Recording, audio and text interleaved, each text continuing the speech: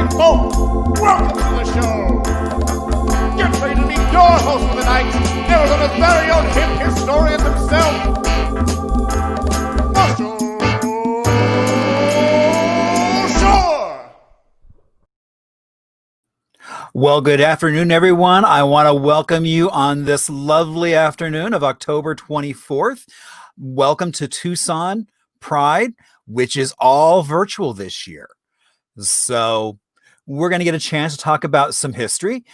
Hello, my name is Marshall Shore, and I will be your host. I want to welcome you on behalf of the LGBT Plus History Project right here in Arizona.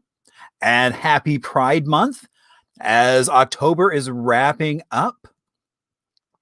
I will ask if you are watching this on Facebook, if you wouldn't mind sharing so that way your friends know all the great stuff we're going to talk about all across Arizona in the celebration of Tucson Pride. So my name is Marshall Shore. Now, I always like to give a little intro of kind of why am I here? So 20 years ago, a little over 20 years ago, I was working in a library in Brooklyn. And actually, there's a library I was working at now.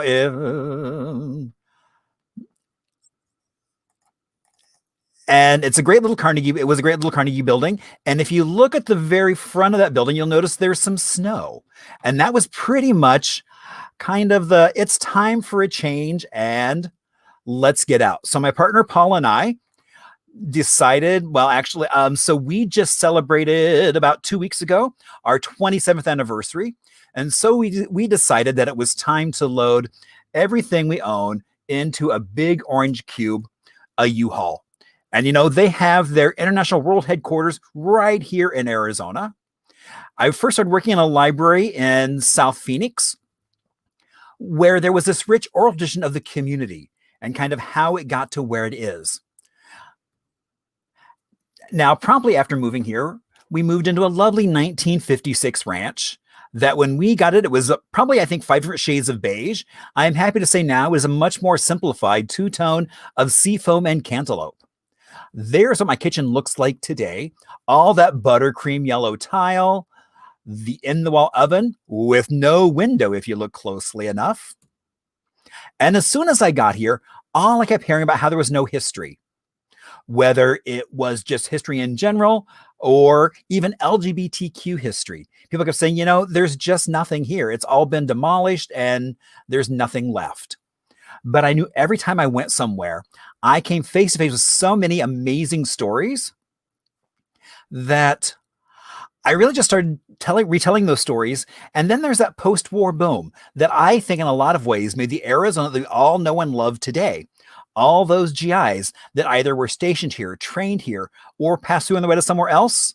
And after the war, they were moving here in huge numbers, looking for a whole new way of life.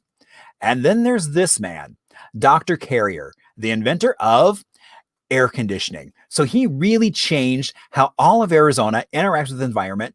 So that way, all year long, we can still smile and be somewhat comfortable. I always like to give a shout out to the Phoenix New Times, who for several years in a row named me the best historian in Arizona, as well as the Phoenix Magazine named me the best bespectacled Phoenix celebrity because I do indeed like my eyewear. So again, welcome to Tucson Virtual Pride. We're going to get a chance to talk about some really cool history. Now, my name is Marshall Shore. I'm also known as the Hip Historian. Now, I got that name back in 2012 on February 14th when we were having a huge celebration across the state for 100 years of statehood. And someone gave me 15 minutes on the main stage in front of the state capitol to talk about anything I wanted to. And I chose to talk about an event called Mask of the Yellow Moon. It ran from 1926 to 1955. At its height, it had about 5,000 plus high school and college students performing and helping put the show on. It was over the curriculum of all the different programs. So you had things like the debate club doing skits. You had really large sets and multiple marching bands. Now, I've got a story from a guy how him and his friends, after the show was done, they would go steal a little bit of that set, drag it off to his carriage house not far away, and they would put on plays throughout the rest of the year in front of that stolen set. It was also known for dance. And I was lucky enough, and so all the costumes were designed by students and made by home ec. And so I was lucky enough to find 3 dresses in a box, and these are all from the late 30s that were worn in the Mask of the Yellow Moon. Now, my friend Glenn, who recently passed away, he was the one who said him and his friends would go steal a bit of that cabbage set. Now, he also talked about how when he was living at home, his dad walked in on him with another friend, and he was immediately kicked out of the house. And so he was working at the Encanto boathouse, and they actually said, Glenn, you can actually stay here for a little bit. And so he did. He actually lived at the Encanto boathouse for a short period of time. And one of the things he did was the lagoon at Encanto Park has these little islands in it. And with him, he had gone in, one of the islands was full of bamboo. So he went in and kind of hacked himself a little path and a clearing, so that way him and his friends could go out there and have a secret radio party where everybody always had a good time. Now, I'm also hoping to get from part of his archive, him and a group of friends would go up and regularly have these full-blown picnics up at Oak Canyon, to the point where they would bring white tablecloths, candelabras, and things, and looking for a particular photo that he had of that event. And so hopefully I'll be able to share that soon. Now, I do a variety of tours and lectures, but in this moment of COVID, all of that, like Pride, has been canceled. So I've been doing a variety of walking tours. We did Haunted Phoenix tours through October, and getting ready to start those up. We'll do one probably in November. I also have done kind of LGBTQ history of Roosevelt. I'm talking about why there is a rainbow crosswalk. If you'd like to reach out at some point and follow the History Project, you can do that on Facebook through AZ Gay History, or even Instagram. Now, once we're done, if you have a story or something you would like to share, feel free to reach out to me at hellohiphistorian.com. So the Arizona LGBT plus History Project. What is it? How did we get started? Well, it is a collaboration between ASU Libraries, myself, and Phoenix Pride. And it really got started when the 307, which was a bar on Roosevelt,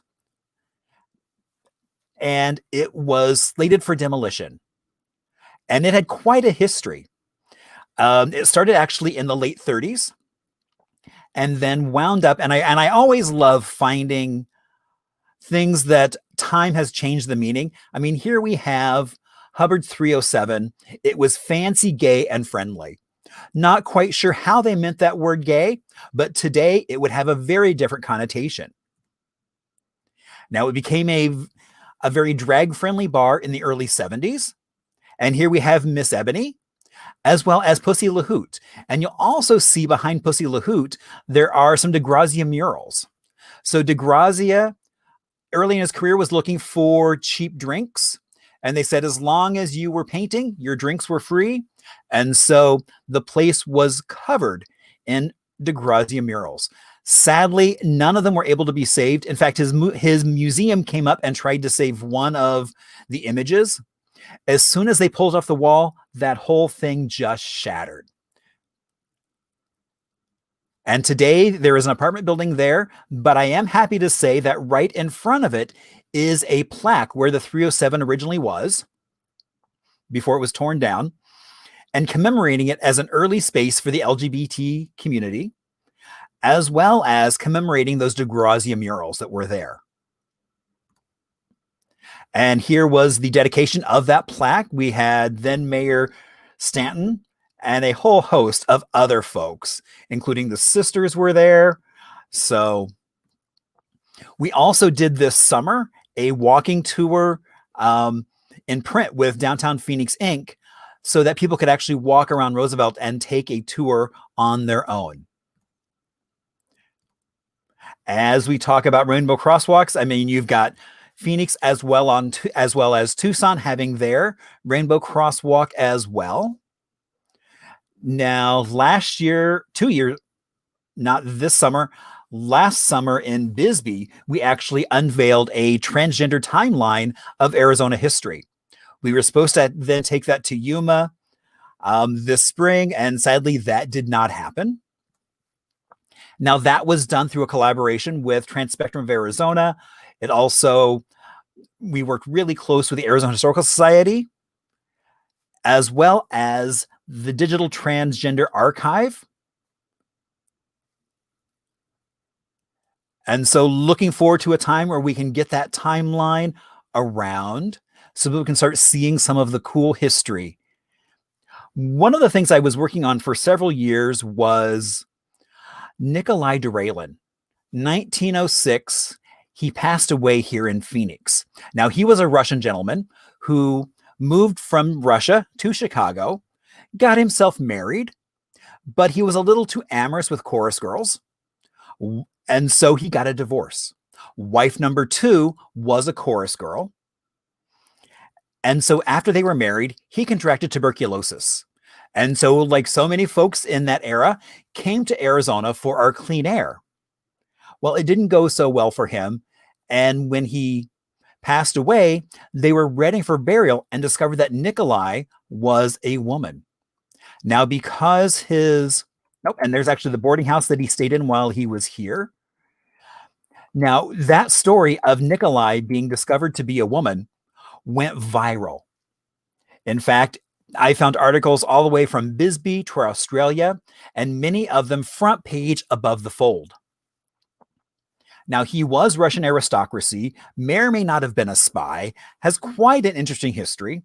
And so his will left all his money to his wife. The court said, because you're a woman, you can't be married to a woman. So all of his money went to his mother, who he was estranged from. And so he was buried locally with no headstone.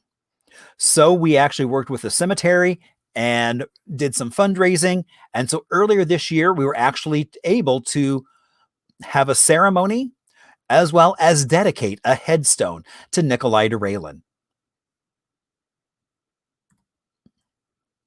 So again, I want to welcome you all to Tucson Pride, which is going virtual for this year. So that way we can all be together and share information, enjoy each other, and grow. Now, let's talk about, why do we have Pride? Now, we all, hopefully you know, Stonewall 1969 was pretty much the reason why is considered to be the modern catalyst for the gay civil rights movement. But that was not necessarily the first riot. You also had LA, San Francisco with the Black Cat riots, as well as the Cooper Donut riots. But it was the one that the media grabbed a hold on and really publicized. And it was this little space here that then became the Stonewall Inn. And in 2016, it actually became a national monument, which is the first national monument to the LGBT community, which I think is pretty darn cool. Now, when we look at Arizona, the first time Stonewall we've actually been able to find it mentioned was actually a year later, talking about how gay power was openly flexing its muscle. Things had changed after Stonewall. Suddenly, you had a lot of bars opening up. You had a lot of people who were now more open about who they were. And then the first Pride in Tucson, the first Pride in Arizona was actually in Tucson, when Richard Hinken was brutally beaten to death coming out of a Tucson bar called the Stonewall. And because the folks involved in that heinous crime received a very light sentence, it caused a ripple effect. And that brought in the first Pride through all of Arizona. There's a little plaque over in the park over there. Now, also in Arizona, we are everywhere, not just place, but also through time. And I think nothing really exemplifies that more than the term, which is a fairly modern term called Two Spirit. And it really talks about how indigenous people, some of them lived outside of just the gender norms, and they were really revered for that. They were able to do tasks that were only reserved for one gender. They got to do multiple of those, such as naming children, which was a really big honor. And through time, that kind of got forgotten, but now it's coming back. And so last year, they held the first Two Spirit powwow at South Mountain Community College. They had the second one just earlier this year before everything shut down. And there is one of the marches they were doing. Now, same-sex marriage, we all know that that was a major game changer in terms of society. I mean, it was making front page news across the country. And in 2014, it became legal for folks to marry their partners. But the city of Bisbee, proudly so, they were doing civil unions even before they were deemed illegal. But that was not the first time there had been a marriage license given to a same-sex couple. Back in 1975, there were two men Sam and Tony, who got a marriage license because there was no law against it.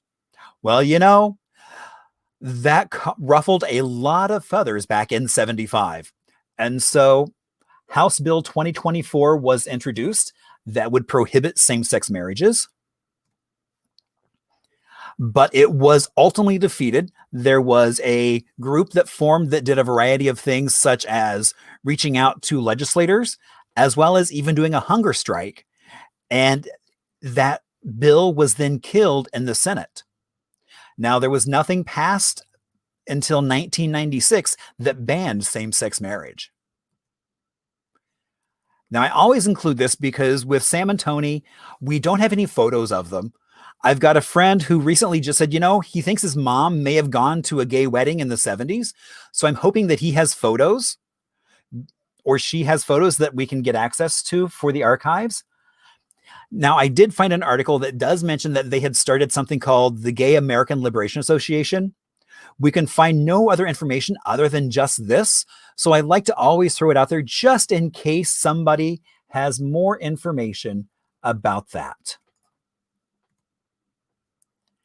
Now, the mainstream press sometimes gets stories right, wrong, or indifferent. Now, I've got a friend who brought to me that his mom had a couple lesbian friends who ran a machine shop. And he's like, there was even a big article in the Arizona Republic about them. And so this is the article. Now, you would go through this article and think they were nothing more than business partners, but they were indeed lovers.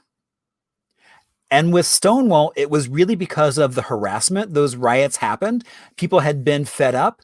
Now, that harassment was not just happening in New York, LA, San Francisco. It was happening all over the place. And I had a friend who mentioned that at one point, there was a raid in the early 60s. And I was actually able to find an article talking about it, about how the mayor at that point was congratulating the chief of police for a raid on what was called the 8-Day Coffee House. And a bunch of young men were thrown into a police vehicle, taken downtown. Their names were printed in the paper. And because of that, many of them lost their jobs, lost their family. It really was an outing. And so, I've got one friend who was part of this. He had just graduated from ASU with a degree in teaching. And because of this now being on his record, teaching was no longer an option. And that's why so much of our history is communicated by oral history. Just that sharing from one person to the next. So I know Wingspan had a large collection of things of oral histories that now reside with Arizona Queer Archives over at U of A. But those oral histories are so important. We still try to do those today just because there's no other way to capture some of that early history. And then about 1976, really the murder of Richard Hinken really caused the first LGBT newsletter to be published, and that was the Tucson Observer. We also had the Pride of Phoenix, as well as Sunday's Child as well. Now, ASU has gone through and digitized a bunch of some of those early periodicals, and we're actually doing an event in November to kind of roll those out. And they will be keyword searchable and available 24/7. Now, we did an event with bar owners here in Phoenix, and the bar owners came up with a list of about 140 bars. After looking at the list, we figured out there were about 40 more that were forgotten and not mentioned. And then I just did a program with the city of Phoenix a couple days ago, and somebody brought up another bar that's not on the list that was a lesbian bar down on McDowell. And so now we have yet another name to add to that list. One of the earliest bars that we have here in Phoenix was Kay's Happy Landing, which opened its doors in 1941, was at Central and Southern. And it was Kay Elledge and her girlfriend, Violet. Violet had been married to a serviceman who was killed in service, and they used that insurance money to open up Happy Landings. Now, this is Dot Wilkinson. So Dot Wilkinson is considered by many to still be the foremost women's athlete in Arizona. She is in the Women's Softball Hall of Fame as well as the Bowling Hall of Fame. She was one of those softball stars that played. She was on the Ramblers in the 40s, 50s, playing around, and she is still quite an active woman, even in her early 90s. And there she is. This is when I was talking to her. We actually got her to be a grand marshal of a pride parade. And one of the things I loved was afterwards we did a panel with her, had her talk about some of her experience. And because they were considered to be such celebrities, they couldn't be seen as out in the community. So she's like, I never could go to Kay's Happy Landing. We always had to go to dugout parties. And so that's why a lot of the softball players wound up dating other softball players, because that's the community that they ran in and had access to. Now, when we talk about female impersonators, when are we able to find the first female impersonator in Arizona? You're looking at the late 1800s. The first one is 1889 here in Phoenix. And it was Stuart the Male Patty. Patty was a famous opera singer, and so a lot of people just kind of emulated that. Then you have Tombstone in 1894. You had William Gauze, who would come on stage and was said to be more graceful than the average Black woman. And at the end of singing, he would reveal that indeed he was a man. And then we also have Tombstone, again in 94, as well as even in Tucson, again with a minstrel show over at the Tucson Opera House back at 1899. Then as we move forward, Julian Elting, who became one of the first Hollywood stars. He had a mansion, and he was in all these films, but he would also come and do stage performances. And he did quite a few of them in Tucson back in the mid-teens down in Tucson. And then we talk about Ray Bourbon, who was a nationally famous drag queen. She had several albums, and one of them wound up actually having a list of places where she performed. And so in Phoenix, it was at Ray's and at Kay's. And in Tucson, she performed at the Cotillion Room and La Jolla. And so if anyone has any information on the Cotillion Room or La Jolla or any early bars, would love to hear those stories. Now, also, don't forget, if you're watching this on Facebook, you have the option to chat. If you don't have that option to chat with me, then, by all means, please send me an email. Now, there was also here in Phoenix, there was a local drag queen named Lee Leonard, who wound up in the 50s performing all over the state, Tucson, and in Globe in the mid 50s. I can't even imagine what it would have been like. This would have been pre-Stonewall to be performing in Globe and then also at Club Esquire in Tucson. Now, as you had people going for entertainment value, watching movies featuring a female impersonator, going to a bar, watching a show, you also had folks like Pedro Warro, who was down in Globe, caught dressed as a woman and pretty much not treated very well. And these are two different articles from different newspapers kind of talking about the arrest of a female impersonator or Globe has a freak. So you can kind of see some of the issues with just mainstream press and how they could really identify people. And then also out in Yuma, back in 53, there was a man caught dressed in full drag in the middle of the street during the day. And he was told either get out of town or sit in jail. So he chose to leave town. Then we also have, when we talk about stage, folks like Lalo Guerrero, who is considered to be the godfather of Chicano music. And he was in Tucson getting his start. And his son, Dan Guerrero, grew up in Tucson. Then they moved to LA. And Dan recently did a one-man stage performance called Gaytino. He also turned that then into a movie where he then, I know it premiered in Tucson for Arizona, and it was recently, again, just before all this hit, it was at the Sedona Film Festival. So I was able to go up and see it up there and get a chance to chat with Dan, which is always a delight. And then we have this woman. Does anyone recognize her? Her name is Rusty Warren. She was a classically trained pianist from the East Coast. Now, the first time I met her was actually in a thrift store. I was going through a series of albums and came across Rusty Warren recorded live at the Prompt Room in Phoenix, Arizona. So, of course, I bought that, ran home, and immediately jumped on Google to find out who Rusty Warren was.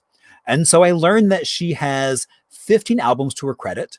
Some of those albums went gold.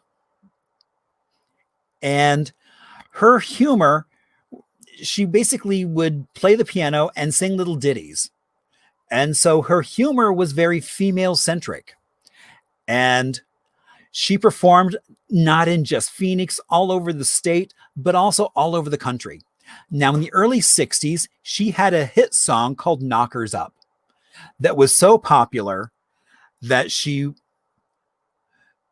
kept developing this community, and that's how she got those 15 albums. Now, she was so bawdy that she couldn't be played on the radio. So it really only sold in bars or through the mail was how you would acquire it.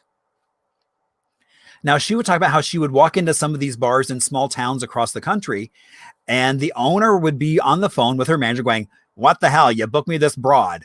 They would open the curtain and see an audience full of wives who came to hear Rusty. They also brought their husbands who drank. And so she was constantly invited back to almost every establishment. And there we have Knockers Up, which was her big song that was really all about women, no matter whether they're big or small, hoist them high, hoist them proud. And so it was really all about using your assets. And I was lucky enough a couple of years ago to actually work with her archives to go through as we were looking for the original sheet music for Knockers Up, because she was admitted to the Library of Congress as the birth mother of the sexual revolution. So I always joke that, we really need to have a bust of Rusty Warren. But So, and there is a picture of her a couple years ago. She is still with us. She's 89 years old.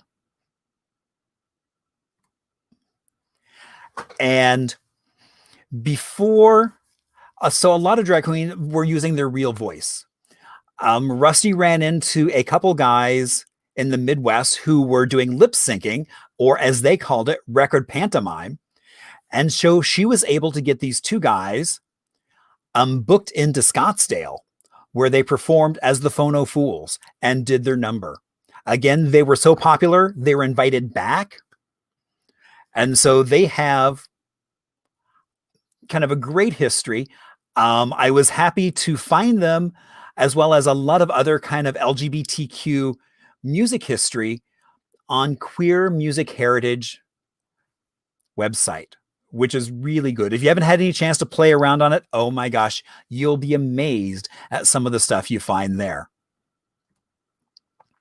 Now, when we talk about the stage, here we had Janus Theater Troupe, which was originally started by a group called Dignity. They were members of Dignity, and they said, hey, let's put on a show. And first they were called Theater for Gays, but they were practicing in a church, and the church wouldn't take the check because it said Theater for Gays. So they came up with the name Janus, and they were then invited by the Black Theater Troupe to utilize their space as well. They did 35 productions through 8 years. They did things like Boys in the Band, Widows and Children First, or kind of that Torch Song trilogy. In fact, they actually were able to have on stage some of Torch Song trilogy before Broadway as well as after Broadway. They also did As Is a week after it closed on Broadway, because Steve Schemmel had a really good friend with the director. And so they were able to open up right after that. Now, if you're in Tucson, oh my gosh, please go see Sue over as the Middle Theater.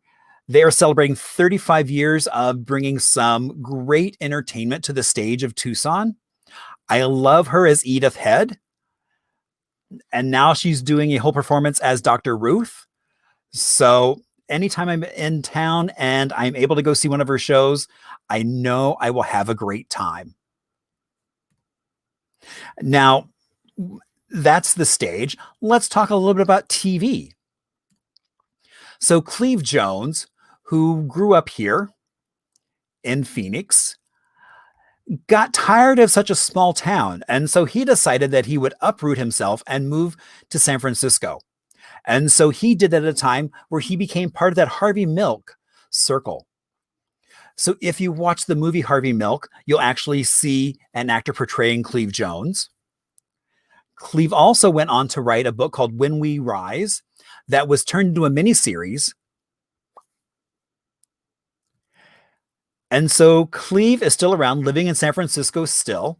And he also was the founder of the AIDS Quilt, which has been, portions of it have been touring the state. It is considered to be the largest folk art project on the planet, being over 30 tons of those graveside kind of quilts that people have created in memorial to folks that have passed away from HIV/AIDS.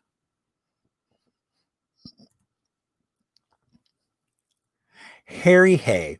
So Harry Hay was one of the founders of the Majesty Society, which is considered to be one of the earliest gay civil rights organizations. It also gave rise to then the Daughters of Bilitis, which was the first lesbian civil rights organization back on the East Coast. He was on the West Coast. And then he also was one of the founders of the Radical Fairies. And, they have their own little bit of history right here in Arizona. They had their first conference just outside of Benson in Little Ashram. Oops, didn't realize that was there twice. So, Andy Warhol, he always traveled with an entourage because he never wanted to go alone. And so he was in Arizona doing a speaking gig. And as they got back to the airport to fly back to New York, his entourage said, Andy, we're not getting on that plane unless you let us know that we can come back to Arizona and make a movie. And that's just what they did back in. And so 1968, the same year that Mr. Rogers came to the airwaves, the London Bridge was installed in Lake Havasu. They wound up at Old Tucson Studios making a movie. Now, initially, the movie was going to be based on kind of a cowboy version of Romeo and Juliet. But if you know Andy Warhol's movies, it was actually his last movie that he directed. And it was filmed at Old Tucson, which was originally created for a movie called Arizona because they needed an old Tucson that didn't exist, so they built it. It then became home to so many movies being filmed. John Wayne did a slew of movies there, such as El Dorado, Rio Lobo. You also had Rio Bravo, as well as some kind of sexploitation like the Miniskirt Mob. And Andy Warhol, his movie, what became known as Lonesome Cowboy.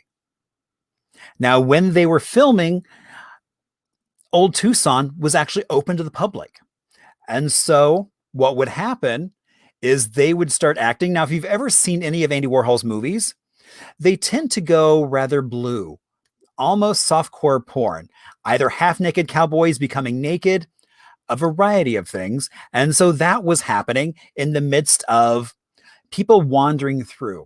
So it did not take long for Andy Warhol and his team to be run out of town. And that footage that they did get became Lonesome Cowboys, which is actually really hard to see. There aren't any versions of it that are playable in the US. You've kind of got to finagle it.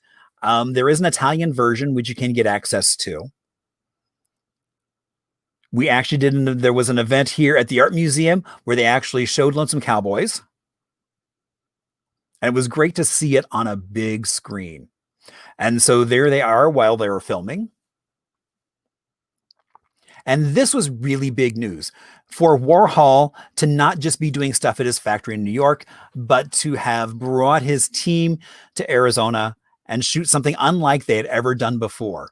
Now, a lot of folks say for a Warhol film, it probably has the most of a plot, no matter how loose. But it's still really it was really intended to be more of a Romeo and Juliet, which it quickly dwelled down into something very different. So if you have more stories to share, would love to hear your stories about Arizona LGBTQ history. I know there's a lot of history.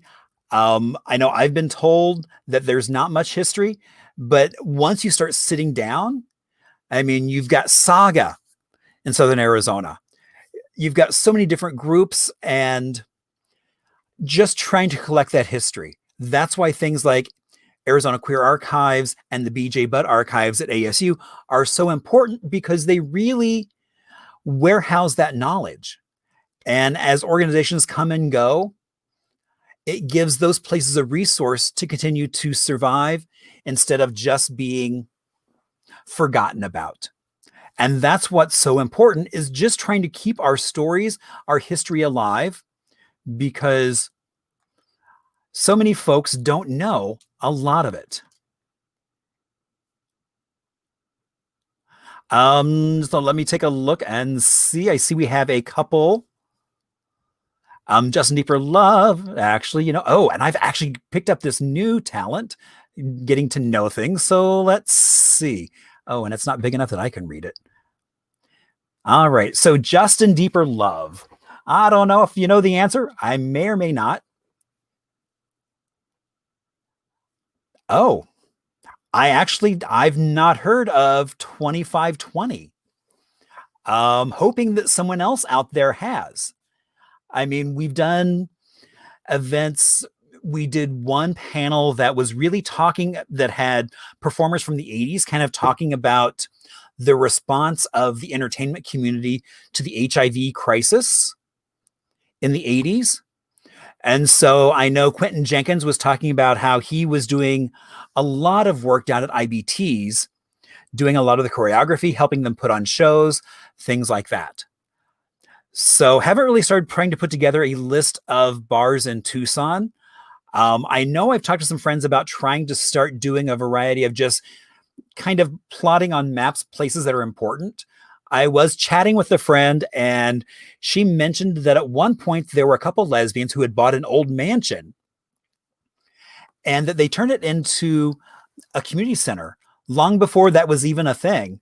And so it was open 24/7, and they would do a variety of things from music, poetry, to playing tennis. And so there were a wide variety of activities, but it really was bringing that community together as people were just coming together just after Stonewall, and really that community was forming.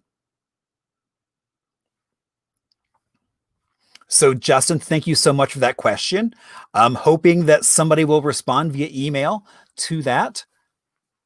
Now you also have, when I just did the program for the city a couple days ago, someone asked if there was something comparable to the Green Book. The Green Book, which was one of those listings for places that African-American folks could go when they traveled. It gave them kind of a list of safe places to stay, safe places to eat. And there was an early guide called the Gray Guide, but sadly, nothing for Arizona. And I have a feeling that was not due to the fact that there was nothing here. It was just that they didn't get included into the book. I think you had to basically hold your hand up and say, hey, I want to be in the book. Whereas opposed to then in the late 60s, you have the Dameron Guide, which started then actually almost crowdsourcing, having people talk about where were the places they were going. We did a couple, we did like 5 interviews, and that's actually where I first met Mr. Diller. And we did like 5 interviews with people, and they all said there were only 2 bars in town, but they each knew 2 different bars. Again, because there was no way for, it wasn't like you could look it up in the newspaper and be like, okay, here's a list of all the LGBTQ bars to go to. You really had to rely on your friends. Now, also that time period, house parties were huge. And so we don't know a lot of that. There were a couple spots here that were famous for house parties, because that was a way to ensure that you were going into a safe environment, that you couldn't just walk in unknown to a party. You had to be brought by someone who was known to the host. So that way it just kind of kept that community together.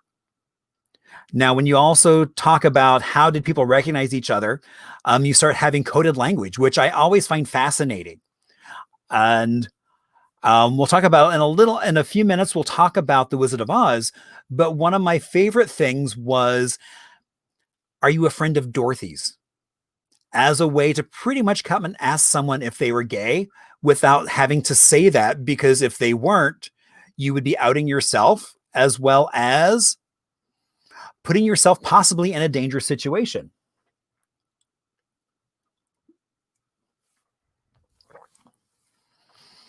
I've also heard things like wearing green jeans on a Thursday. And I think that was more regional in terms of across the country, all these different things. Now, there was a group in New York who was looking at opening up a gay cultural museum. And I got myself invited to a party here where they were going to be, because I wanted to let them know that they were really looking at those major cities, thinking, oh, the history lies in San Francisco, LA, New York. And I said, it doesn't lie just in those big cities. There was a lot going on. As we just talked about, it's like you had small towns where you suddenly had drag performances going on. There is a movie, The Queen, which I think is a drag pageant back in the late 60s. I think it just predates Stonewall, that was on Netflix. That was fascinating to watch. And so I love that there is film footage around. There is a new book that I think it's still on pre-order, talking about like late 1800s to 1950 gay photographs. Because so many service folks, when they were overseas, they discovered their authentic self. And so then moving back, they didn't want to give that up. So you kind of have this burgeoning just before Stonewall of folks coming back that had this experience. And they suddenly weren't willing to go back into the closet. And so that was also a game changer as well.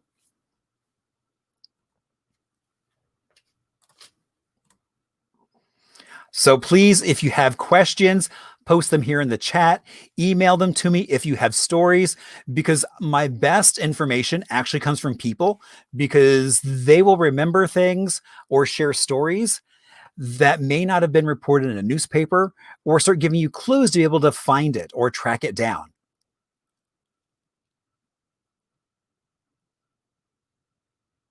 Let's see. And then Christina.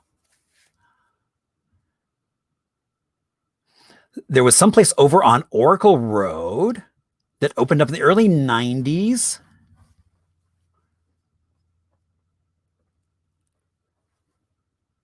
So someplace over on Oracle Road opened in the early 90s, and I guess it was really popular, but then it just vanished overnight. Now, I know we actually had something in that same time period here in Phoenix called Chupa. And it was kind of a roving party that sounded like it had very much of a flavor of almost like a New York loft party. Oh, Christian, I didn't realize you were all... I didn't know the other name that you go by. So, okay, Justin. So yeah, I mean, and so the kind of roving kind of club scene that was going on here with Chupa actually produced some really DJs that are now internationally famous, but they wound up closing up overnight because suddenly they were discovered by the non-LGBT community, and suddenly there was violence being brought in that was not acceptable. And so instead of trying to weed those out or ban them, they chose to just shut the entire thing down. So I don't know if the same thing happened with the place over on Oracle or not. Would love to find more about that place on Oracle. I mean, that's the thing. You never run out of stories, which is kind of the fun of this. I mean, no matter where you go. I mean, I was out in, oh gosh, they have the Superior, because they have the Prickly Pear Festival. And so I was out there with a friend. We were just kind of touring around Superior. We stumbled in this art gallery, and in the back room, he had all this art from an ASU professor back in the 80s that was very indicative of Brokeback Mountain, cowboys, and things like that. Now, that lore and mythos of the Southwest is not an unusual topic. In fact, actually, there was George Quaintance, who was an artist who wound up relocating to Arizona. He lived here in Phoenix, and he was painting half-naked cowboys at a time when that was unacceptable. You had a whole series of movies coming out showing gay men as effeminate, effete, pedophile, suicidal, psychotic, and all these things. And so for him to be painting these young virile men out working on this mythical ranch, his paintings never went on public display until a couple of years ago. Toshin, an art studio, an art publisher out of LA, acquired over 20 of his paintings and did the first showing of those paintings. And he also had been an art director. And so he was doing art director for a lot of those kind of muscly, oily 50s muscle magazines. And so it was great to suddenly see covers of magazines that were no longer 8.5 by 11 or smaller, but now suddenly realizing that these paintings are almost life size, and they literally would go from him to the collector. And so Toshin was able to acquire 20 plus paintings from a collector in Florida and had a great display of them, along with some of his early artwork, or even kind of the process of how he got to where he did. So what he would do is he would actually paint full naked, but then put, say, soap bubbles, just enough so that it wouldn't land him in jail when it was shipped across state lines. Because you had studios out of LA and New York, like Bruce of LA, folks getting arrested for what they were selling. Now you could get a catalog from him as well that would show you the different boys, some of the stills that he would use for his paintings. So you could also get those as well, always with posing straps. And or sometimes they'd have like a scratch off where you could scratch off and reveal what was hidden underneath. So again, so that way it was going through the post office and not causing him any problems. But he died in 57 and is relatively unknown, I think, in the LGBT community. There's not much out there published on him. Now, also you have, I've got a friend who's a realtor. She just put a house on the market that was done by a local architect, Ralph Parachek. And she's like, oh, do you know about this guy? I said, well, you know, I don't know much about his architecture, but I do know in the mid 50s, he opened up. So when he was trying to get money for school, he went out and made these tiny shorts out of a tablecloth. And so he sold those, and those grew into a business that was over in, he had a shop here in Phoenix, LA, and Hollywood. And so that was really around from the mid 50s to about 2015. It had gone through several owners, and sadly, all of his clothing patterns now reside in Ohio. But we don't know if he was connected with George Quaintance because of the posing straps, because there was a fire that burnt all of his early records. But there are, if you ever Google Parve, Arizona, you will find some super cheesy magazines. Oh, so much cheesier than International Mail or anything along that lines.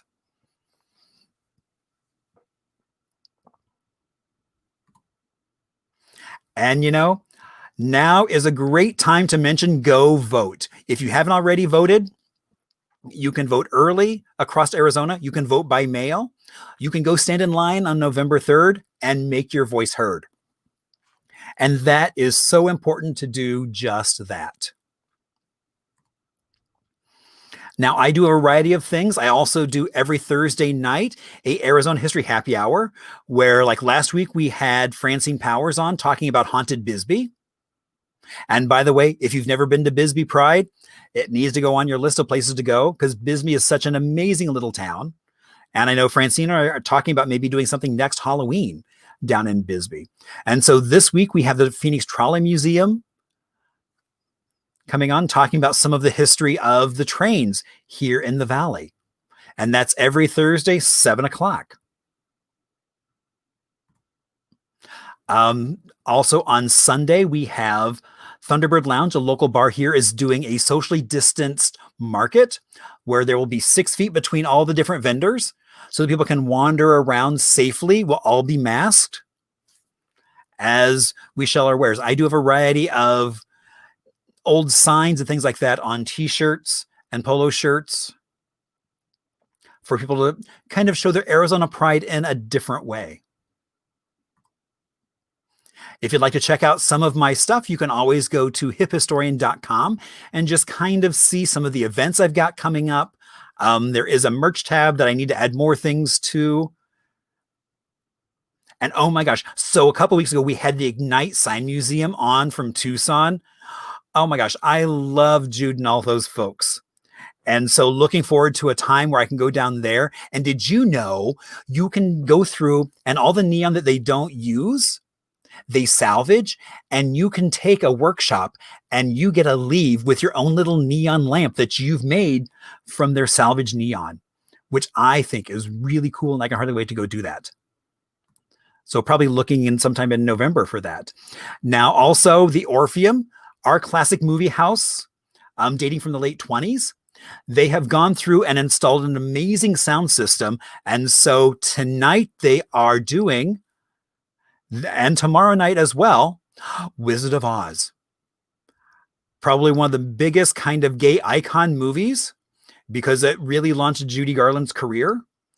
And it is considered to be the most watched movie on the planet. So that should be a lot of fun getting to see that. And I'm going to do a little talk beforehand about some of the history of the Orpheum as well as Wizard of Oz as well. And then later, actually next week, we are doing a storytelling workshop with the city of Phoenix, again, to capture folks doing those stories. And it'll culminate. We've got 2 different workshops and 2 different circles. The idea is then trying to get people to, for third Saturday through Arizona Virtual Pride, we'll do a storytelling group.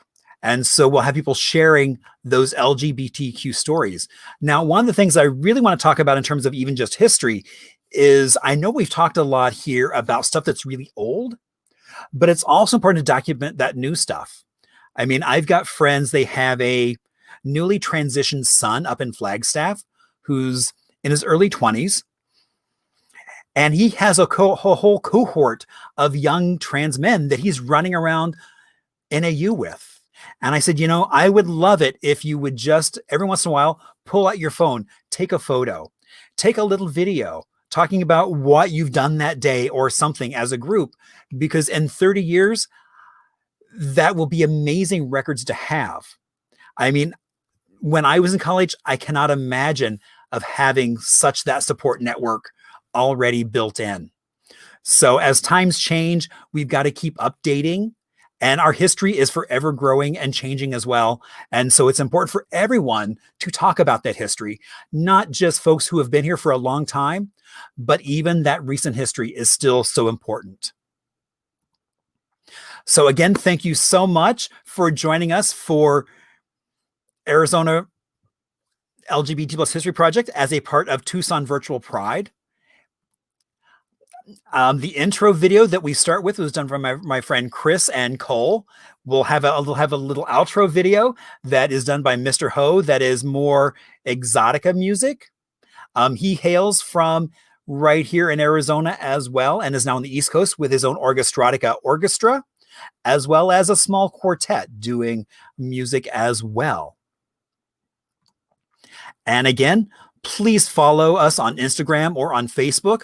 We're all the time trying to do different events, as well as look for more stories to be able to tell a more authentic story about that Arizona LGBTQ experience, which is so important for all of us because it just makes this place that much better. Those better connections, knowing that we are not alone.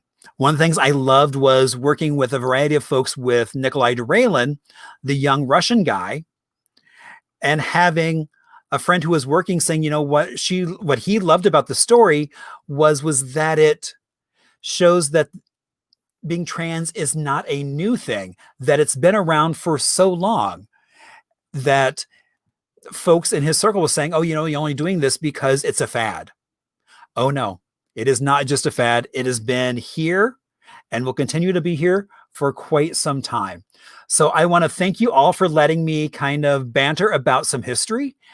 Have a great rest of your Tucson Virtual Pride. Thank you all so much for joining us and have a great rest of your day.